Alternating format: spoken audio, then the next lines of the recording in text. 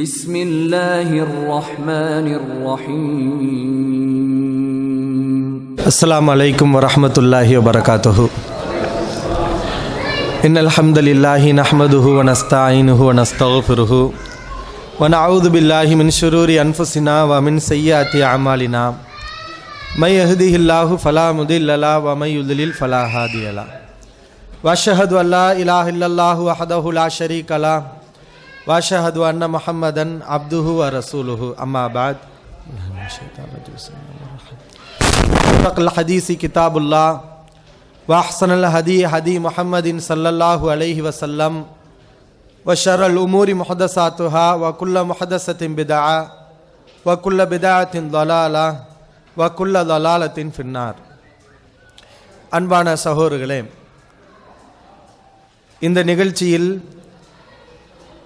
தொழுகையில் பலமுறை நாம் கேள்விப்படுகின்ற ஒரு சிறிய அத்தியாயத்தின் விரிவுரையை பற்றி அறிந்து கொள்ள இருக்கிறோம்.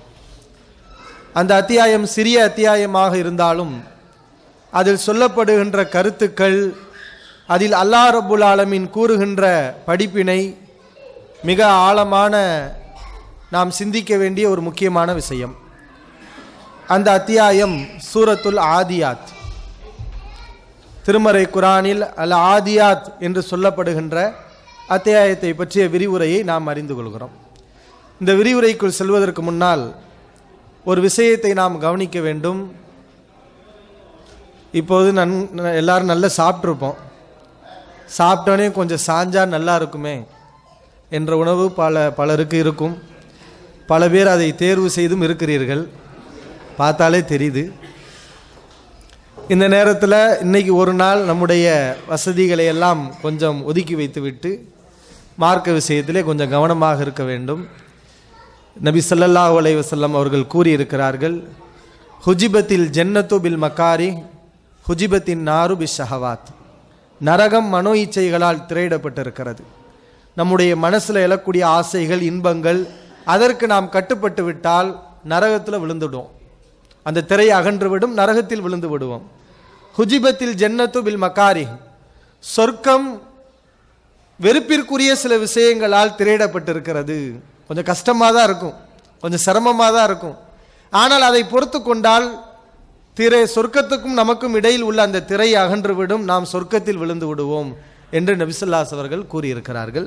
அதில் நாம் கவனமாக இருக்க வேண்டும். இந்த அத்தியாயத்தில் அல்லாஹ் ரப்புல் ஆலமீன் முதல் இந்த அத்தியாயத்துக்குரிய தர்ஜுமாவை தெரிந்து கொண்டு அதனுடைய விளக்கத்தை இரண்டாவதாக அறிந்து கொள்வோம். வல் ஆதியாத்தில் லபஹா. ஆதியாத் ஓடக்கூடியவற்றின் மீது சத்தியமாக, லபஹா மூச்சிறைக்க. ஏன்னா ஒவ்வொரு வார்த்தைக்கும் அதனுடைய அர்த்தத்தை நாம் அறிந்து கொண்டால், தொழுகையில் இந்த வசனங்களை ஓதும்போது அதனுடைய பொருளை புரிந்து அந்த வசனத்துடைய அர்த்தத்தை விளங்கி நாம் ஓதக்கூடிய ஒரு நிலை ஏற்படும். வல் ஆதியாத்தி லபஹா, மூச்சிறைக்க ஓடக்கூடியவற்றின் மீது சத்தியமாக. ஃபல் மூரியாத்தி கதஹா, தீப்பொறி கிளம்ப ஓடக்கூடியவற்றின் மீது சத்தியமாக. மூரியாத் என்றால் தீப்பொறியை கிளப்பக்கூடியவைகள். கதஹான தீப்பொறி, தீப்பொறியை கிளப்பக்கூடியவற்றின் மீது சத்தியமாக. ஃபல் முகீராத்தி சுபஹா, அதிகாலையில் தாக்குதல் தொடுப்பவற்றின் மீது சத்தியமாக. அதிகாலையில் தாக்குதல் தொடுப்பவற்றின் மீது சத்தியமாக. ஃபஅஸர்ன பிஹி நகஆ, அந்த தாக்குதலில் அவைகள் புழுதியை கிளப்பி விடுகின்றன. ஃபஅஸர்னா கிளப்பி விடுகின்றன, பிஹி அந்த நேரத்தில், நகஅன் புழுதியை தூசியை கிளப்பி விடுகின்றன. ஃபவஸத்ன பிஹி ஜமஆ, அப்பொழுது அவைகள் கூட்டத்துக்கிடையே நடுவில் சென்று தாக்குதல் தொடுக்கின்றன. ஃபவஸத்ன, அவுசத்துங்கிறாங்கல்ல, அவுசத்து வஸ்து நடுவில் போறது. ஃபவஸத்ன பிஹி, அவை நடுவே செல்கிறது. ஜமஆ, எதிரிப்படையின் கூட்டத்துக்கு நடுவே செல்கிறது. இன்னல் இன்சான, நிச்சயமாக மனிதன், லி ரப்பிஹி, தன் இறைவனுக்கு, லகனூத், நன்றி கெட்டவனாக இருக்கிறான். கனூது, கனூதுனா யாரு? நன்றி கெட்டவன், நன்றி மறந்தவன். வைன்னஹு அலா தாலிக லஷஹீத், இதற்கு அவனே சாட்சியாளனாகவும் இருக்கிறான். வைன்னஹு அவன், அலா தாலிக இதற்கு லஷஹீத், ஷஹீத்னா என்ன? சாட்சியாளன். அவன் நன்றி கெட்டவனாக இருக்கிறான் என்பதற்கு மனிதனே சாட்சியாளனாகவும் இருக்கிறான். வைன்னஹு லிஹுப்பில் கைரி லஷதீத், நிச்சயமாக அவன் லிஹுப்பில் கைர், ஹுப்புனா நேசிப்பது, கைர்னா என்ன? நன்மையானது, நலவான விஷயங்கள். நன்மையை நலவானதை நேசிப்பதில் அவன் ஷதீத், கடுமையாக இருக்கிறான். அஃபலா யஅலமு, அவன் அறிய வேண்டாமா? இதா போசிர மாஃபில் குபூர், மன்னரைகளில் உள்ளவைகள் எழுப்பப்பட்டால், மன்னரைகள் உள்ளவை வெளிப்படுத்தப்பட்டால் அப்போது என்ன நடக்கும், அந்த நிலை எப்படி இருக்கும் என்பதை அவன் அறிய வேண்டாமா? வஹுஸ்ஸில மாஃபிஸ் சுதூர், உள்ளங்களில் உள்ளவையெல்லாம் திரட்டப்படும் போது அதையும் அவன் அறிய வேண்டாமா?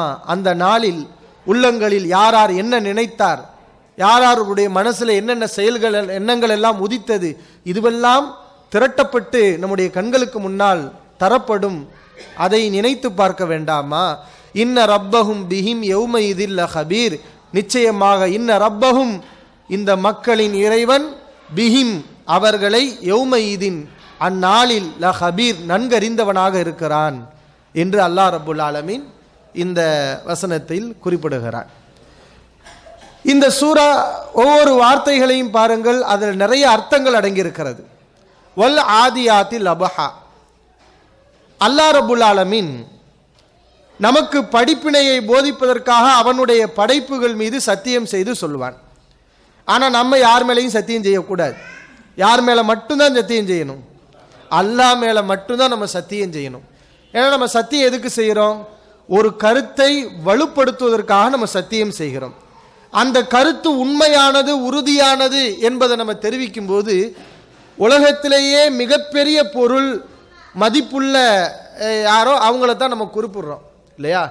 ஒரு இஸ்லாத்தை தெரியாத ஒரு காஃபிர் இருக்கிறான், அவன் யார் மேலே சத்தியம் செய்வான்? என் உம்மா மேலே சத்தியமா அப்படிம்பா. ஏன்னா அவன் பெருசாக நினைக்கிறது உம்மாவை தான். என் வாப்பா மேலே சத்தியம்மா, ஏன்னா வாப்பாவை தான் பெருசாக நினைக்கிறான். நாம் யாரை பெரிதாக நினைக்க வேண்டும்? அல்லாஹ் தான். அல்லாஹ் தான் மகத்துவம் மிக்கவன், அவன்தான் பிரம்மாண்டமானவன், அனைத்துக்கும் ஆற்றல் உள்ளவன்.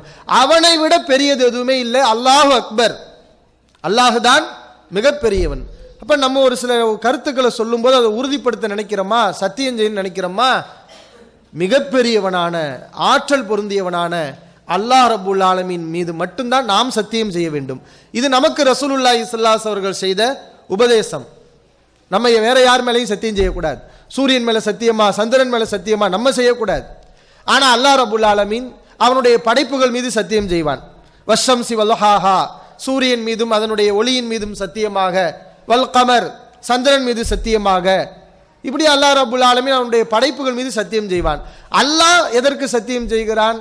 அந்த படைப்புகளை சொல்லி அவனுடைய நிஅமத்துகளை நமக்கு புரிய வைக்கிறான். சூரியனை பார், அது எவ்வளவு பிரம்மாண்டமாக இருக்கிறது, அதன் மூலம் உனக்கு எவ்வளவு நன்மை இருக்கிறது.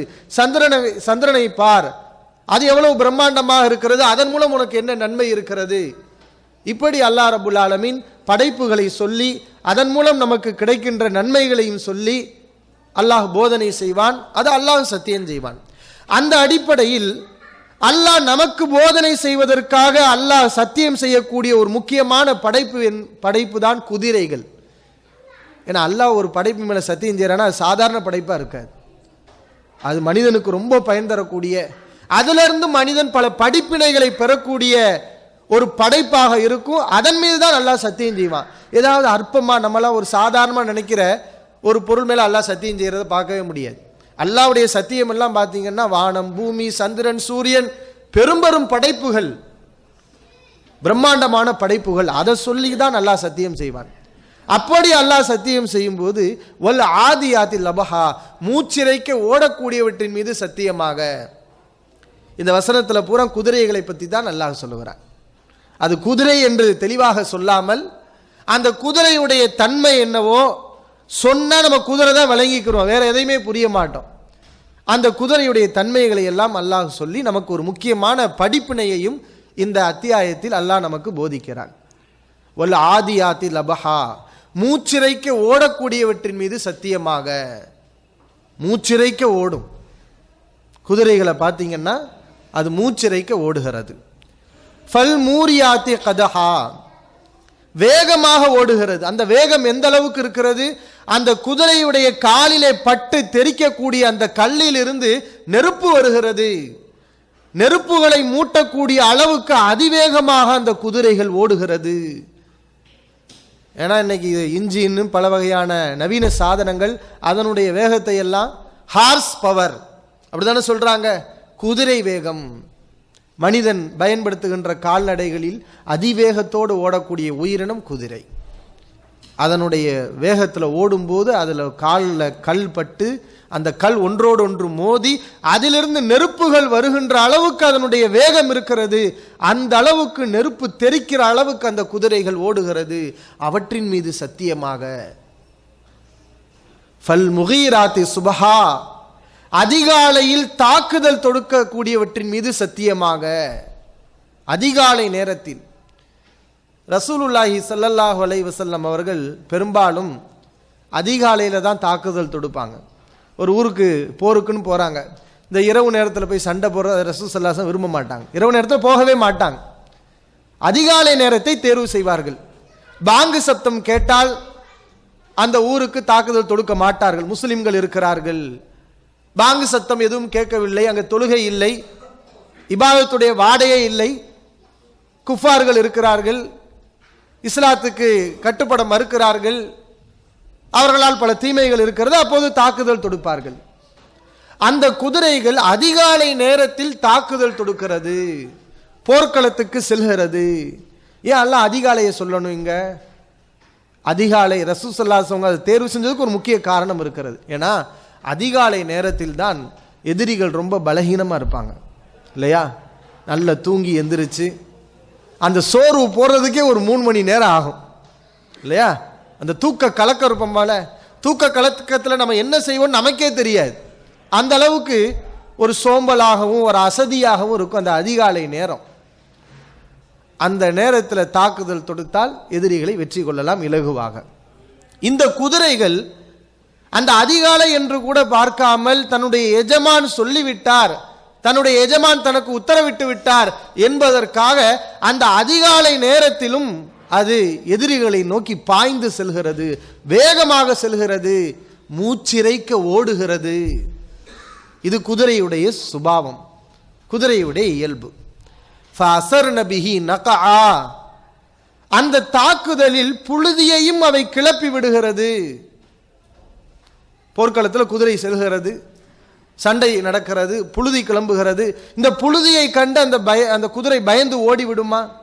ஏன்னா சில உயிரினங்கள் இருக்கும், அந்த புழுதி ஒரு பயங்கரம், ஒரு நடுக்கம், ஒரு நிலை வரும்போது அரண்டு விட்டு ஓடிவிடும். இந்த குதிரைகள் அப்படி அல்ல. போர்க்களத்திலே புழுதியை கிளப்பி அந்த போர்க்களத்திலே பங்கு கொள்கிறது, எஜமானை போர்க்களத்துக்கு அழைத்து செல்கிறது. ஃபவஸத்ன பிஹி ஜமஆ, எதிரிகளை எல்லாம் தாங்கி கொண்டு எதிரிகளை எல்லாம் தாண்டி கொண்டு தன்னுடைய எஜமானை எதிரி படைகளுக்கு மத்தியில் அழைத்து செல்கிறது. குதிரைகள் அதனுடைய இயல்பு என்ன? எஜமான் தனக்கு சாப்பாடு போட்ட எஜமான் உத்தரவிட்டு விட்டான், எங்க போக சொல்றான்? எதிரிகளுடைய படைகளுக்கு போக சொல்றான். மக்களை பார்த்து மிரண்டு ஓடுறது, அவங்களுடைய ஆயுதங்களை பார்த்து அரண்டு ஓடுவது, அது அதனுடைய சுபாவம் அல்ல. எஜமானுக்கு அது எப்படி விசுவாசமாக இருக்கிறது? எந்த பயமும் இல்லை, அச்சமும் இல்லை, ஒரு கவலையும் இல்லை. அது எதிரி படைகளுக்கு நடுவில் பல எதிரிகளை எல்லாம் தாண்டி கொண்டு பல எதிர்ப்புகளை எல்லாம் எதிர்த்து கொண்டு அந்த குதிரை களத்துக்கு போய் எஜமானை கொண்டு போய் விடுகிறது. இவ்வளவு விஷயத்தையும் அல்லாஹ் சொல்லிவிட்டு அப்புறம் தான் நமக்கு அதிலிருந்து ஒரு படிப்பினையை சொல்கிறான். இந்த குதிரையை சொல்லிவிட்டு அந்த குதிரையிலிருந்து ஒரு படிப்பினை, இன்னல் இன்சான லிரப்பிஹி லகனூத், ஆனால் மனிதன் தன் ரப்புக்கு நன்றி கெட்டவனாக இருக்கிறான். நீ ஒரு சாப்பாடு போடுற உன்னுடைய குதிரைக்கு, ஏதோ தண்ணி கொடுக்கிற, அதுக்காக அது எப்படியெல்லாம் தன்னுடைய நன்றி உணர்வை காட்டுகிறது. தன் உயிரை பற்றி அது கவலைப்படுகிறதா? தன்னுடைய நலனை பற்றி அது கவலைப்படுகிறதா? எதிரி வீழ்த்து நம்மை வெட்டி விட்டால் என்ன செய்வது என்று அச்சப்படுகிறதா? நீ போட்ட உத்தரவுக்காக தலை தெறிக்க நெருப்புகள் தெறிக்க அது ஓடுகிறதே, ஏன்? அது உனக்கு நன்றியை காட்டுகிறது. ஆனா நீ உன்னை படைச்ச ரப்புக்கு நீ நன்றியா இருக்கிறியா? அல்லாஹ் அடுத்து சொல்கிறான். அதுல இருந்து நமக்கு சொல்லக்கூடிய உபதேசம், இன்னல் இன்சான் அலி ரப்பிஹி லகனூத், நிச்சயமாக மனிதன் தன்னுடைய ரப்புக்கு நன்றி கெட்டவனாக இருக்கிறான்.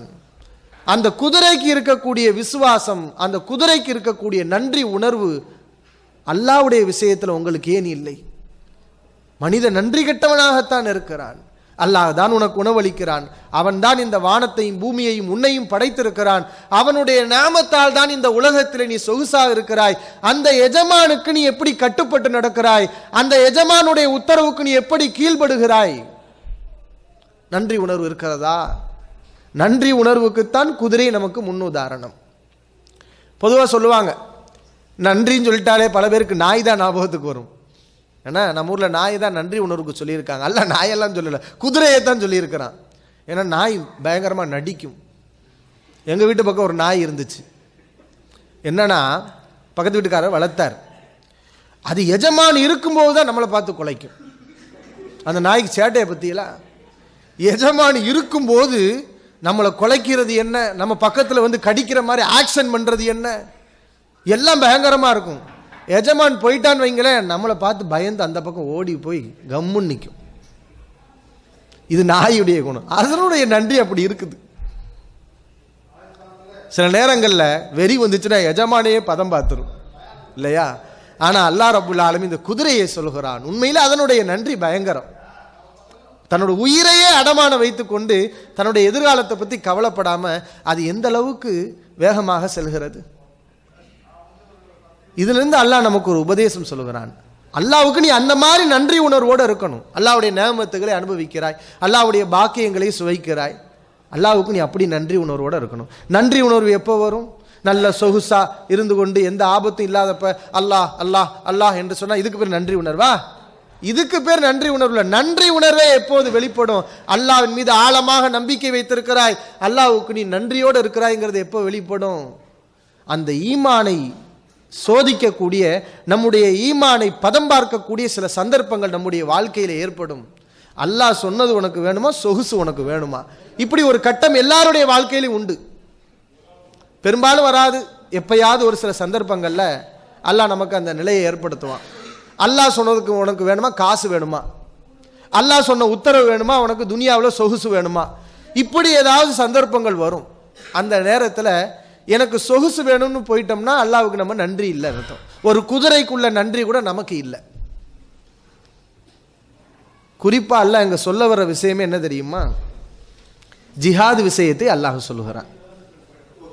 இன்னொரு வசனத்தில் சொல்லுகிறான் அல்லாஹ் ரப்புல் ஆலமீன், குல் இன்கான ஆபாவுக்கும் வ அபுனாவுக்கும் வ இஹ்வானுக்கும் வ அஸ்வாஜுக்கும் வ அஷீரத்துக்கும், உங்களுடைய தந்தைமார்கள், உங்களுடைய பிள்ளைகள், உங்களுடைய சகோதரர்கள், உங்களுடைய மனைவிமார்கள், உங்களுடைய குடும்பத்தார்கள், அம்வாலும் இக்தரஃப்துமூஹா, நீங்கள் சம்பாதித்த செல்வம், வ திஜாரத்துன் தக்ஷௌன கசாதஹா, வியாபாரம் நஷ்டமாகி விடுமோ என்று நீங்கள் பயப்படுகிறீர்களே அந்த வியாபாரம், அஹப்ப இலைக்கும் மினல்லாஹி வ ரசூலிஹி வ ஜிஹாதின் ஃபீ சபீலிஹ், அல்லாஹ்வை விடவும் அல்லாஹ்வின் தூதரை விடவும் அல்லாஹ்வுடைய பாதையில் போராடுவதை விடவும் உங்களுக்கு இதுவெல்லாம் பெரிதென்றால் ஃபதரப்பசு, அல்லாஹ்வுடைய தண்டனை எதிர்பாருங்கள் என்று அல்லாஹ் ரப்புல் ஆலமீன் இந்த வசனத்திலே சொல்கிறான். ஏன்னா அல்லாஹ்வுக்காக சில நேரங்களில் நம்ம உயிரை கொடுக்க வேண்டும். ஜிஹாது செய்கிறது, இஸ்லாமிய ஆட்சி இருக்கிறது, அல்லாஹ்வுடைய நாட்டை பாதுகாக்கிறதுக்காக, இஸ்லாமை பாதுகாக்கிறதுக்காக போராட வேண்டிய நிலை இருக்கிறது. ஆட்சியாளர் அழைப்பு விடுகிறார், அல்லாஹ்வுக்காக போகணும். இந்த நேரத்தில் மனுஷனுக்கு என்ன வரும்? நம்ம போரில் போய் மௌத்தா போயிட்டா என்ன செய்ய? நம்ம பொண்டாட்டி இருக்கிறாளே, நம்ம பிள்ளைய இருக்குது, கஷ்டப்பட்டு சம்பாரிச்சு எல்லாத்தையும் வச்சிருக்கிறோம், வியாபாரம் இருக்குது, அது எல்லாத்தையும் தான் அல்லாஹ் அந்த வசனத்தில் பட்டியல் போடுகிறான். அபுனாவுக்கு உங்களுடைய பிள்ளைகள், உங்களுடைய பெற்றோர்கள், உங்கள் மனைவிமார்கள், உங்களுடைய குடும்பத்தார்கள், நீ சம்பாதித்த செல்வம், ஓ மசாக்கினு தர்லவுனஹா, நீங்கள் விரும்பக்கூடிய இடங்கள், மனுஷன் எதெல்லாம் விரும்புகிறானோ அது எல்லாத்தையும் அல்லாஹ் சொல்லி, இதெல்லாம் உனக்கு அல்லாஹ் ரசூலை விட பெருசா, அல்லாஹ் ரசூலோட உனக்கு பெருசா என்று அல்லாஹ் கேட்கிறான். இந்த ஒரு விஷயத்தை அல்லாஹ் இந்த அத்தியாயத்தில் நம்ம மனிதர்களுக்கு புரிய வைக்கிறான். குதிரைகளை பாருங்கள், அது தன்னுடைய நலனை பற்றி பார்க்காமல், துனியா விஷயங்களை பார்க்காமல் எஜமானுக்கு விசுவாசமாக இருக்கிறது. அது மாதிரி நீங்கள் அல்லாஹ்வுடைய பாதையிலே எந்த சுயநலத்தையும் எதிர்பார்க்காமல் அல்லாஹ்வுக்கு நீங்கள் விசுவாசமாக இருக்க வேண்டும், அல்லாஹ்வுடைய பாதையில் போராட வேண்டும். அல்லாஹ் சொல்கிறான். அடுத்து வஇன்னஹு லிஹுப்பில் கைரி லஷதீத், அல்லாஹ்வுக்கு நன்றி உணர்வோடு இருக்கணும். அதான ஒரு மனுஷனுக்கு மரியாதை, மதிப்பு. நன்றி உணர்வு இல்லாட்டினா அவன் மோசமானவன். இந்த நன்றி உணர்வு மனுஷன்ட்ட ஏன் இல்லாமல் போகுது? என்ன காரணத்தினால இல்லாமல் போகுது? நன்றி உணர்வை எது எடுக்குது? அதை அல்லாஹ் அடுத்து சொல்கிறான். மனுஷன் நன்றி கெட்டவனாக இருப்பதற்கு காரணம் என்ன? அந்த நன்றி உணர்வை அவனிடமிருந்து அழிப்பது எது? இன்னஹு லிஹுப்பில் கைரி லஷதீத், அவன் நன்மையானவற்றை கடுமையாக நேசிக்கிறான், துன்யாவை அதிகமாக நேசிக்கிறான். அதனால அல்லாஹ்வுக்கு நன்றி உணர்வோடு அவன் நடக்கிறது இல்லை. காசு பணத்தை நேசிக்கிறான், மனைவி மக்களை நேசிக்கிறான், சொத்துக்களை நேசிக்கிறான். இது மேல அவனுக்கு அதிக ஆசை இருக்குது. அதனால அல்லாஹ்வுக்கு அவன் நன்றியோட நடக்கிறது கிடையாது. காசு பணத்தை அல்லாஹ் கெட்டதுன்னு சொல்லலை. இந்த வசனத்திலே சொல்லுகிறான் ஹைர். காசு பணம் கெட்டதா? இந்த வசனத்தில் அல்லாஹ் ரப்புல் ஆலமீன் சொத்து பத்துகள் துனியாவை எப்படி குறிப்பிடுகிறான்? இன்னஹு லிஹுப்பில் கைர், கைர் நலவுகளை அல்லாஹ்வே அது நல்லதுன்னு சொல்லிட்டான். நல்லதா உள்ளது நமக்கு எப்படி தீங்கா மாறுது? நம்ம குஃபுரு போறதுக்கு எப்படி காரணமாகுது? அல்லாஹ்வுக்கு நன்றி கெட்டத்தனமா நம்ம நடக்கிறதுக்கு எப்படி காரணமா இருக்குது? காரணமா இருக்கும். அதுக்குரிய இடத்தை அதுக்கு கொடுக்கணும். ஒரு லிமிட்டு தான். காசு போன போக்கில் நம்ம போகக்கூடாது. நம்ம விரும்பின அடிப்படையில் காசை சம்பாதிக்கணும். நம்ம வெறுத்தோம்னா அதை நிப்பாட்டிடணும். காசு கிடைக்குதுன்னு சொல்லி நம்ம விரும்பின வழிகள்லாம் போனோம்னா கடைசி அது குஃபுரில் கொண்டு போய் விடும். நன்றி கெட்ட தனத்தை நம்மிடத்தில் ஏற்படுத்தி விடும். ஆனால் மனுஷனுக்கு அதெல்லாம் இயல்பான குணமாக இருக்குது. எது? காசு பணம். காசு பணம் அது மனிதனுடைய இயல்பான சுபாவம். நபி ஸல்லல்லாஹு அலைஹி வஸல்லம் சொன்னாங்க இல்லையா, எக்புரு இப்னு ஆதம், ஆதமுடைய மகன் வளருகிறான்.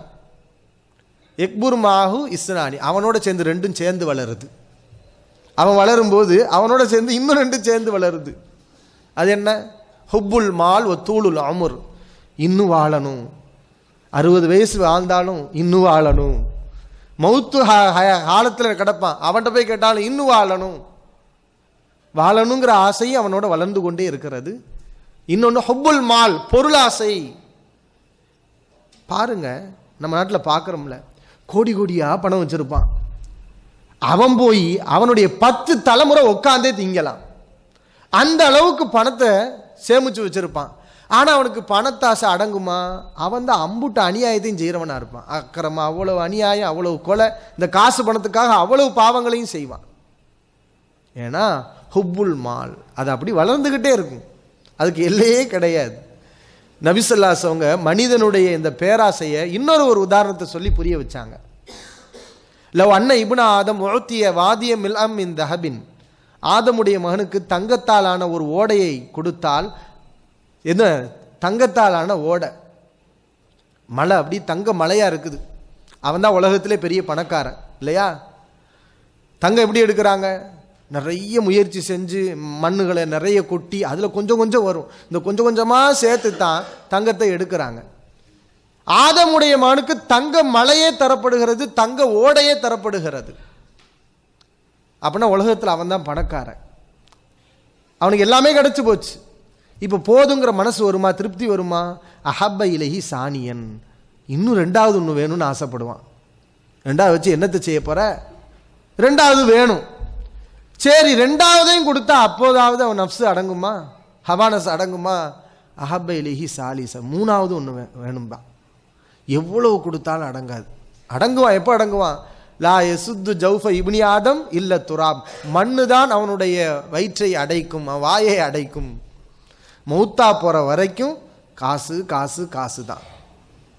அல்ஹாக்கு முத்தகாசுர் ஹத்தா ஜுருத்துமுல் மகாபிர், கபறுகளை மன்னரைகளை நீங்கள் சந்திக்கிற வரை பொருளாதாரத்தை பெருக்க வேண்டும் என்ற ஆசை இறைவனுடைய சிந்தனையை விட்டு உங்களை திசை திருப்புகிறது. அல்லாஹ் சொல்றான் அல்லவா? அந்த மாதிரி மனிதனுடைய இயல்பு இருக்கிறது. இதுல இருந்து யாரு தப்பிப்பா? ஆனா மூமீன்கள், முத்தகீன்கள், அல்லாஹ்வுடைய இந்த மார்க்க சிந்தனை உள்ளவர்கள் அவங்க உலகத்தில் சந்தோஷமா இருப்பாங்க. இவன் பணக்காரனே கிடையாது, நபி ஸல்லல்லாஹு அலைஹி வஸல்லம் பார்வையில் கோடான கோடி ரூபாய் பணம் வச்சிருக்கான், அவன் பணக்காரனே கிடையாது. ஏன்னா அவனுக்கு பத்தலையில, எவ்வளவு பணம் இருந்தும் பத்தலை, இன்னும் வேணும் இன்னும் வேணும் இன்னும் வேணும். அப்ப நீ என்ன பணக்கார? உன் நஃப்ஸ் அடங்கலை, உனக்கு இன்னும் தேவை இருக்கு, நீ ஃபக்கீர் தான். ஆனா கொஞ்சம் இருந்தாலும் அல்ஹம்துலில்லாஹ் அல்லாஹ் கொடுத்திருக்கிறான் என்று திருப்தி, ஒரு சந்தோஷம், ஒரு மன அமைதி வருகிறது. அவன்தான் பணக்காரன். ஏனென்றால் அவனுடைய தேவைகள் முழுமை அடைந்து விட்டது, அவன் திருப்தி அடைந்து விட்டான், அவனுடைய மனம் அமைதி அடைந்து விட்டது, அவன்தான் பணக்காரன். இவன் சந்தோஷமாக இருப்பான், இவன் மகிழ்ச்சியாக இருப்பான். அப்ப செல்வம் விஷயத்துல நம்ம அப்படி இருக்கணும். இந்த பேராசை, இந்த மாதிரியான சிந்தனை நமக்கு வரலன்னு வைங்களேன், அப்போ நம்மளை அல்லாஹ்வுடைய குஃபுருக்கு நம்ம இந்த பொருளாசை அழைச்சிட்டு போயிடும். ஏன்னா ரொம்ப டேஞ்சரானது. பல பேர் பார்க்கலாம், இந்த காசு விஷயத்தில் தடம் புரண்டுருவாங்க, பணத்துக்காக தடம் புரளுவார்கள். ஏன்னா அது ஒரு பெரிய ஆபத்தானது. நபி ஸல்லல்லாஹு அலைஹி வஸல்லம் இதுக்கு ஒரு உதாரணம் சொன்னாங்க. மாதேபானி ஜாயி ஆனி உருசிலாஃபி கனமின் பி அஃப்சதலஹா. பசி உள்ள 2 ஓநாய்கள் இருக்கிறது. ஆட்டு மந்தைகளுக்குள் பசி உள்ள 2 ஓநாயை விட்டா என்ன செய்யும்? கடுமையான பசியில் இருக்குது, 2 ஓநாயை ஆட்டு மந்தையில் விட்டா என்ன செய்யும்? நீங்கள் கடுமையாக பசியில் இருக்கிறீங்க, ஒரு ஹோட்டலுக்குள்ளே விட்டா என்ன செய்வீங்க? சாப்பிட்டு காலி பண்ணிடுவீல்ல. அப்போ ஓநாய் என்ன செய்யணும்? அதுவும் அதுதான். ஆட்டு மந்தைகளுக்கு விட்டா ஆடுகளை கடித்து குதறி துவம்சம் செய்து விடும். இது ஓநாயுடைய இயல்பு. இந்த உதாரணத்தை என்னடா நம்மளை ஓநாய் அளவுக்கு ஆக்கிட்டாங்களே தப்பாக நினச்சிக்கிறாதீங்க. சுமார் ஒரு உதாரணத்துக்கு சொன்னோம். இந்த மாதிரி பசி உள்ள 2 ஓநாய்கள் ஆடுகளை கடித்து குதற மாதிரி, இதை விட ஒரு மனிதனுடைய மார்க்கத்தை 2 விஷயங்கள் கடித்து குதறி அழித்து நாசம் பண்ணிவிடும். அந்த 2 விஷயம் என்ன? மின் ஹரிசில் மர்இ அலல் மால் வ ஷரஃபில் தீனிஹி. ஒரு மனிதன் பொருளின் மீது கொண்டிருக்கக்கூடிய பேராசை அவனுடைய மார்க்கத்தை அழித்து நாசமாக்கிறோம். பதவி ஆசை, நாம் பெரிய ஆளாக இருக்கணும், நம்ம எல்லாத்துக்கும் மேலே இருக்கணும். இந்த பதவி ஆசை மார்க்கத்தை அழித்து நாசமாக்கிவிடும். பொருளாசையும் மார்க்கத்தை அழித்து நாசமாக்கிவிடும். தீன் இருக்காது. எவர்கிட்ட பொருளாசை வந்துருச்சோ, பதவி ஆசை வந்துருச்சோ, அவங்ககிட்ட தீனே இருக்காது. அல்லாஹ்வுக்கு பயந்து நடக்க மாட்டாங்க. அந்த பதவியையும் பொருளாதாரத்தையும் பெறுவதற்கு என்னென்ன வழிகள் இருக்கிறதோ எல்லா வழிகளுக்குள் நுழைவார்கள், எல்லா காரியங்களையும் சகட்டு மேனிக்கு செய்வார்கள். டேஞ்சர், ஆபத்து. நபிகளார் எச்சரிக்கிறார்கள். சஹாபாக்கள் விஷயத்தில் அதுதான் பயந்தாங்க. சஹாபாக்களை பற்றி நம்ம கேள்விப்பட்டிருப்போம். நபி அவர்களுக்காக உயிரை தியாகம் பண்ணாங்க, பொருளாதாரத்தை தியாகம் பண்ணாங்க, சொந்த ஊரை தியாகம் பண்ணாங்க, மனைவி மக்களை தியாகம் பண்ணாங்க, எல்லா தியாகத்தை பண்ணாங்க. அந்த சஹாபாக்கள் விஷயத்திலே நபி அவர்கள் பயந்தது இந்த பொருளாதாரத்தை தான். துன்யா விஷயம் உங்களை அழிச்சு நாசமாக்கிடும், தீனை கெடுத்து விடும். புகாரில் வரக்கூடிய ஹதீஸ், ஒரு முறை ஒரு சஹாபி ரலியல்லாஹு அன்ஹு அவர்கள் நபி ஸல்லல்லாஹு அலைஹி அவங்களுக்கு பஹ்ரைனிலிருந்து வசூலிச்சுட்டு பணத்தை கொண்டு மதீனாவில் கொண்டு கொடுத்துருக்குறாங்க. சஹாபாக்கள்லாம் சுபூ தொழுகையை முடித்து விட்டு, இன்றைக்கி நிறைய பணம் வந்திருக்கு, செல்வம் வந்திருக்கு, பஹ்ரைன்லேருந்து வசூல் வேட்டை, இன்றைக்கி ரசூல் ஸல்லல்லாஹு அலைஹி நமக்கு எல்லாம் பங்கு வச்சு தரப்போகிறாங்க என்று சந்தோஷத்தில் நபி அவர்கள்ட்ட ஒரு மன மகிழ்ச்சியோடு சந்தோஷத்தோடு ரசூல் ஸல்லல்லாஹு அலைஹி வஸல்லம் இப்படியே பார்க்குறாங்க. ஏன்னா அவங்க வறுமையில் இருந்தாங்க இல்லையா, அவங்களுக்கு திடீர்னு பொருளாதாரம் கிடைத்தா அது எவ்வளவு சந்தோஷமாக மகிழ்ச்சியாக இருக்கும். அவர்களை சந்தோஷத்தோடு பார்த்தாங்க. நபி அவர்கள் அந்த நேரத்தில் சொன்னாங்க, அம்மிலு மா எசுருக்கும், உங்களுக்கு மகிழ்ச்சி அளிக்கிற இந்த விஷயத்தை நீங்களும் சந்தோஷமாக ஏற்றுக்குங்க, ஒன்றும் பிரச்சனை இல்லை. ஆனால் லல் ஃபக்ர் அக்ஷா அலைக்கும், உங்கள் விஷயத்தில் நான் ஏழ்மையை பயப்படவில்லை. என்ன ஏழ்மை? பசியாக பட்டினியாக இருந்தபோது இந்த மார்க்கத்தை விட்டு நீங்கள் போகவில்லை. உண்ண வழி இல்லாமல் மரத்தின் இலைதலைகளை திண்டு கால்நடை புழுக்கை இடுவதை போல நீங்கள் புழுக்கை இட்டீர்கள். அந்த மாதிரியான ஏழ்மையை நான் பயப்படவில்லை. பசி தாங்க முடியாமல் அபூ ஹுரைரா போன்ற சஹாபாக்கள் எல்லாம் மயங்கி கீழே விழுந்தார்கள்ல, அந்த நிலையை பார்த்து கூட இதெல்லாம் உங்களுடைய ஈமானை விட்டு உங்களை திசை திருப்பிடுமோ நான் பயப்படலை.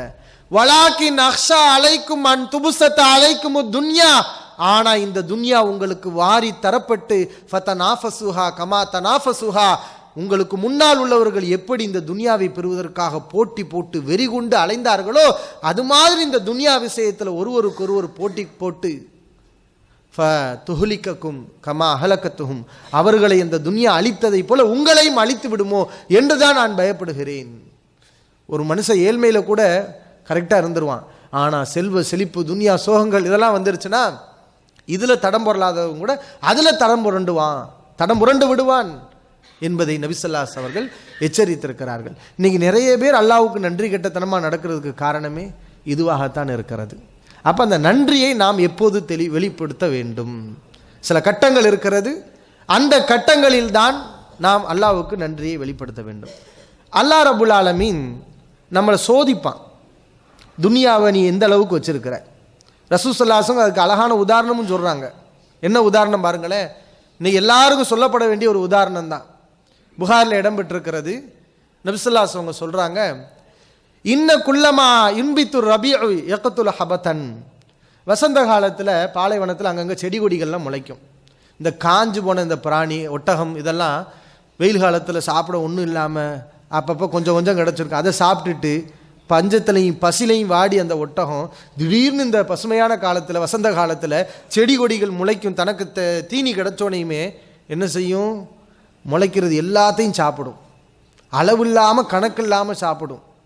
இப்படி கணக்கில்லாமல் சாப்பிட்டா அந்த பிராணிக்கு என்ன நடக்கும் தெரியுமா? அந்த நேரத்தில் சில பிராணி செத்தே போயிடும். இதில் இந்த அளவுக்கு மீறி அந்த ஆசையால் அதைகளையெல்லாம் சாப்பிட்டு விட்டு சில பிராணிகள் எக்குத்துல ஹபத்தன் வயிறு நிரம்ப திண்டதை கொன்று விடுகிறது. வசந்த கால தாவரங்கள் அல்லது நோவினை அடைகிறது. செரிமான பிரச்சனை வரும்ல, நம்மளும் கணக்கு இல்லாமல் சாப்பிட்டா என்ன நடக்கும்? அதுதான் அந்த பிராணிக்கு, அந்த பிராணிக்குள்ள கதி தான் நமக்கும். அதனால் சாப்பாடை ஒரு அளவாக தான் நம்ம வச்சுக்கிறணும். நோவினை ஏற்படும். எதுக்கு இந்த உணவு நோவினை ஏற்படுத்தாது? இந்த உணவு எந்த பிராணிக்கு நன்மையாக அமையும் தெரியுமா? அளவோடு சாப்பிட்டு விட்டு வெயிலிலே சுற்றி திரிந்து செரித்து சாணமாகவும் சிறுநீராகவும் செரித்தது வெளியே வருகிறதே, இதுதான் அதிலிருந்து முறையான நன்மையை அடைகிறது. இப்படி பிராணிகள் பல வகையாக இருக்கிறது. இப்படித்தான் துனியாவும். இந்த துனியாவை நிறைய கிடைக்குதுன்னு சொல்லிட்டு கணக்கு வழக்கு இல்லாமல் ஹலால் ஹராம் பார்க்காம மொத்தத்தில் போய் உழுகுறான். அவன் தீனே அழிஞ்சு அவன் செத்து போயிடுறான். இதில் யார் அறிவாளி? அளவோட ஹலால் எது ஹராம் எது என்பதை பார்த்து தனக்கு தேவையான அடிப்படையில் செய்து துனியாவை அல்லாஹ்வுக்கு ஒப்பான வழியில் துனியாவை பெறுபவர் தன்னுடைய தீனை பாதுகாத்துக் கொள்கிறார். இதை நபி ஸல்லல்லாஹு அலைஹி வஸல்லம் சொல்லி காட்டுறாங்க. அல்லாஹ் சோதிப்பான் நம்ம ஈமான் எப்படி இருக்குன்னு சொல்லி. இந்த துனியாவில் தான் தெரியும். துனியாவா ஆகிரத்தா என்று வரும்போது தான் நம்முடைய ஈமான் எப்படி இருக்கிறது என்பது வெளிப்படும். அல்லாஹ்வுக்கு நம்ம எப்படி நன்றி உணர்வோடு இருக்கிறோம். இஸ்ரவேலர்களை அல்லாஹ் சோதித்தான். சனிக்கிழமை நீங்கள் என்ன செய்யக்கூடாது? மீன் பிடிக்கக்கூடாது. சோதிச்சான்ல. ஆனால் அல்லாஹ் என்ன பண்ணான்? என்னைக்கு மீன் பிடிக்கக்கூடாதுன்னு சொன்னா அன்னைக்கு தான் மீன்களை நிறைய வர வச்சான். இது தாத்தீஹிம் ஹைத்தானுஹும் யௌம சபுத்தீஹிம் ஷுர்ஆன் வ யௌம லா யஸ்பிதூன லா தாத்தீஹிம். சனிக்கிழமையில் அவங்க இருக்கும்போது மீன்கள் கூட்டம் கூட்டமாக கரைக்கு மேலே நிற்கும். அன்னைக்கு தான் அவன் பிடிக்கக்கூடாது. அன்னைக்கு தான் அல்லாஹ் மீன்களை வர வச்சான். கரைக்கு மேலே கூட்டம் கூட்டமாக என்ன பிடிச்சிரு கண் அப்படி நமக்கு ஆசை ஏற்படுத்தும். அவன் பார்த்தான், மற்ற நாள்லலாம் வரமாட்டேங்குது. இன்னைக்கு மற்ற நாளில் மீனை தேடி நம்ம போக வேண்டியது இருக்குது. என்னைக்கு பிடிக்கக்கூடாதுன்னு சொன்னோன்னா அன்னைக்கு தான் மீன்கள் நம்மளை தேடி வருது. வரும்போது நம்ம காற்றுள்ள போதே தூற்றிக்கொள் அப்படின்னு சொல்லி என்ன செஞ்சான்? அந்த மீன்களை எல்லாம் பிடிச்சான். அல்லாஹ்வுக்கு நன்றி மறந்தான். கூனு கரதத்தன் ஹாஸீன், இழிவடைந்த குரங்குகளாக மாறிவிடுங்கள். அவர்களை அல்லாஹ் குரங்குகளாக மாற்ற, நீ மனுஷனாக இருக்க லாயக்கே இல்லை, நீ எதுக்கு மனுஷனாக இருக்கணும்? நான் சொன்னதை கேட்டு நடக்கிறதுக்கு தான் உன்னை மனிதனாக படைத்தேன். நீ மனிதனாக இருக்க வேண்டாம், இழிவடைந்த குரங்குகளாக மாறிவிடுங்கள் என்று அல்லாஹ் அவர்களை குரங்குகளாக மாற்றினார். இது அவர்கள் இஸ்ரவேலர்களில் ஒரு சாரார். இதே மாதிரியான சோதனையை அல்லாஹ் ரப்புல் ஆலமீன் சஹாபாக்களுக்கு வைத்தான். அவங்க அதில் எப்படி நடந்து கொண்டார்கள்? ஒரு சம்பவம் அல்லாஹ் திருமறை குர்ஆன்ல சொல்லி காட்டுகிறான். யா அய்யுஹல்லதீன ஆமனு லயப்லுவன்னகுமுல்லாஹு பிஷையின் மினஸ் ஸைத். வேட்டை பிராணிகளின் மூலம் அல்லாஹ் உங்களை சோதித்தான். தனாலுஹு ஐதீக்கும் வ ரிமாஹுக்கும். அந்த பிராணிகளை உங்களுடைய கைகள் பிடிக்கக்கூடிய நிலை இருந்தது. உங்களுடைய ஈட்டிகள் அந்த பிராணிகளை சுலபமாக பிடிக்கக்கூடிய நிலை இருந்தது. அல்லாஹ் இதன் மூலம் உங்களை சோதித்தான். திருமறை குர்ஆனுடைய வசனம். என்ன சோதனை? இஹ்ராம் அணிந்தவர் வேட்டையாடலாமா? வேட்டையாடலாமா? வேட்டையாடக்கூடாது. சஹாபாக்கெல்லாம் இஹ்ராம் அணிஞ்சிருக்கிறாங்க. அல்லாஹ் அவங்கள சோதிக்கிறான். எப்படி சோதிக்கிறான்? வேட்டை பிராணிகளை எல்லாம் அவங்களுக்கு பக்கத்தில் நிற்குது. மற்ற நேரத்திலாம் வேட்டையாடுறதுக்கு முயற்சி எடுக்கணும், முஸ்தீப் எடுக்கணும். ஆனால் இந்த சந்தர்ப்பத்தில் வேட்டையாடுவது தடை செய்யப்பட்ட இந்த நேரத்தில் பிராணி பக்கத்தில் நிற்குது. கையால் பிடிச்சிடலாம், தனாலுக ஐதீக்கும், உங்களுடைய கைகள் அவை பிடித்து விடும். ஒரு இமாஹுக்கும், ஈட்டி எரிஞ்சு இப்படி எரிஞ்சா போதும், பிராணி நமக்கு கிடைச்சிரும். லியாலம் அல்லாஹு மை யகாஃபுஹு பில் கைப், யாரும் இல்லாத போது அல்லாஹ்வுக்கு யார் பயப்படுகிறார் என்பதை அல்லாஹ் சோதிப்பதற்காக இப்படி செய்தான். சஹாபாக்கள் தொடல. துனியாதான், இது வேணுமா அல்லாஹ்வுடைய சட்டம் வேணுமா, இந்த ரெண்டு ஆப்ஷன் இருக்குது. நன்றி உள்ளவர்கள் சஹாபாக்கள் என்ன செஞ்சாங்க, அல்லாஹ் நம்மளை சோதிக்கிறான், இது தடை செய்யப்பட்டிருக்கு, இந்த நேரத்தில் நம்ம தொடக்கூடாது, வேட்டையாடலை விட்டுட்டாங்க. இதுதான் ஈமான், இதுதான் நன்றி உணர்வு. இந்த உணர்வு உள்ளவர்களாக நம்ம இருக்கணும். இன்னைக்கு எத்தனை பேர் நம்ம மக்களில் பார்க்குறோம், நிறைய காசு கிடைக்குதுன்னு சொன்னால் அது அல்லாஹ்வுக்கு ஓப்பான வழியா, சரியான வழியா, அது எதையுமே பார்க்கறது இல்லை. காசு கிடைச்சா போதும். சில பேர் நம்ம ஆளுகளே பேசுறத பார்க்குறோம். இந்த துனியாவில் ஹலால் ஹராம்லாம் பார்த்தா வாழ முடியுமா? இதை விட குஃபுர் வேற என்ன இருக்குது சொல்லுங்க? சில பேர் ஹலால் ஹராம் பார்ப்பான். இந்த சாராயம் குடிக்கிறவன் அந்த பொட்டி கடையில் சிக்கன் விற்பாங்கள, திங்கும் போது இது ஹலாலான்னு கேட்பான். சாராயத்தை குடிச்சிட்டு பிஸ்மி சொல்லி அறுத்துருக்கா அப்படின்பா. இந்த மாதிரி ஈமான் நிறைய பேர்கிட்ட இருக்குது. இது கிடையாது. அது மாதிரி இன்னொரு சம்பவம் சொல்லுவாங்க. ஒரு ஆள் பக்கத்தில் உள்ள ஒரு ஆலிம் அவரும் போய் தட்டியிருக்கிறாங்க. ஒரு 4 பேர் போய் தட்டியிருக்கிறாங்க. எப்போ? நைட்டு 2 மணிக்கு. கதவை திறந்தா நல்ல தண்ணி, போதையில் ஆள் இருக்கிறாங்க. என்னன்னு கேட்டால் கிப்லா எங்கிட்டு இருக்கு. என்னடா 2 மணிக்கு கிப்லாவை கேட்குறாங்க? சரி, தொழுவணும்னு சிந்தனை வந்துருச்சோ? என்னப்பா விஷயம்? இல்லை, கிப்லாவை நோக்கி கால் நீட்டக்கூடாதுன்னு எங்கள் உம்மா சொன்னாங்க, அதான் கால் நீட்டக்கூடாதுன்னு கேட்டேன் அப்படின்னா. இப்படி மார்க்க சிந்தனை, அல்லான என்ன, ஈமான என்ன, அலால்னா என்ன, ஆறாம்னா என்ன, இப்படி நிறைய மக்கள் இருக்கிறத பார்க்குறோம். ஏன்னா அவங்களுக்கு இஸ்லாமே தெரியலை. அல்லாஹ் ரப்புல் ஆலமீன் நம்ம நன்றி உணர்வு உள்ளவர்களாக இருக்கணுங்கிறான். சஹாபாக்களுடைய வாழ்க்கையை பாருங்க, எப்படி கரெக்டாக விளங்கி வச்சிருந்தாங்க. ஈமான்னா நன்றி உணர்வுனா என்ன? ராஃபி பின் ஹதீஜ் ரலியல்லாஹு அன்ஹு அவங்க சஹாபாக்கள்கிட்ட சொல்றாங்க, நஹானா ரசூலுல்லாஹி ஸல்லல்லாஹு அலைஹி வஸல்லம் அன் அம்ரின் கானலனா நாஃபியான், நமக்கு பிரயோஜனமாக இருந்த, லாபமாக இருந்த ஒரு வியாபாரத்தை நபி அவர்கள் தடை செய்து விட்டார்கள். சஹாபாக்கள் ஒரு வியாபாரம் செஞ்சுட்டு இருக்காங்க, எல்லாரும் தொழில் செஞ்சுட்டு இருக்காங்க, அதுல இடைஞ்சல் இருக்கு, ஹராம் இருக்குது, அதனால ரசூல் ஸல்லல்லாஹு அலைஹி வஸல்லம் அதை செய்ய வேண்டாம் தடை பண்றாங்க. இப்போ இந்த சஹாபி சொல்றார், எப்படி சொல்றாருன்னு பாருங்க. நமக்கு லாபகமாக இருந்த ஒரு வியாபாரத்தை அல்லாஹ்வுடைய தூதர் தடை செய்து விட்டார்கள். வலாக்கின் தவாயத்துல்லாஹி வ ரசூலிஹி அன்ஃபஉ லனா, அல்லாஹ் ரசூலுக்கு கட்டுப்படுவது அதை விட நமக்கு நன்மையானது. நம்ம செஞ்ச வியாபாரம் லாபமான வியாபாரமா இருக்கலாம், அல்லாஹ் ரசூல் தடை பண்ணிட்டாங்க. அல்லாஹ் ரசூலுக்கு கட்டுப்படுவது அதை விட நமக்கு நன்மையானது, அதனால அதை விட்டுருங்க. இப்படித்தான் சஹாபாக்களுடைய வாழ்க்கையெல்லாம் இருந்திருக்கிறது. அல்லாஹ் அதைத்தான் சொல்கிறான். அப்ப இதை சொல்லிட்டு அல்லாஹ் நமக்கு அச்சுறுத்துகிறான். இந்த நன்றி உணர்வு இல்லாவிட்டால் இந்த உலக வாழ்க்கை முடிஞ்சிரும் நினைக்கிறீங்களா? அஃபலா யஅலமு இதா புஅஸிர மா ஃபில் குபூர், நீங்களா செத்து போனாலும் மண்ணறைகள்ல இருந்து உங்களை நம்ம எழுப்புவோம், அப்ப நீ என்ன செய்வ? சிந்திச்சு பார்க்க வேண்டாமா? அப்ப அல்லாஹ் உன்கிட்ட கேட்பான கேள்வி, நான் சொன்ன சட்டத்துக்கு நீ கட்டுப்பட்டு நடந்தியா, நன்றி உணர்வோடு இருந்தியா? அந்த குதிரைக்கு இருந்த நன்றி உணர்வு உனக்கு இருந்துச்சா? அல்லாஹ் அந்த நேரத்தில் நம்மகிட்ட கேட்பான். அப்ப அல்லாஹ் நம்ம அறிந்தவனாக இருக்கிறான்.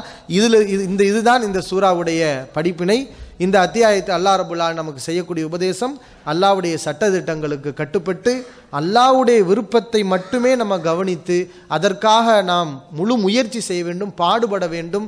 அதில் வரக்கூடிய எதிர்ப்புகள், கஷ்டங்கள், துன்பங்கள், துயரங்கள் எல்லாவற்றையும் எதிர்கொண்டு அல்லாஹ்வுடைய ஓப்பை பெற வேண்டும். இதுதான் நன்றி உணர்வு.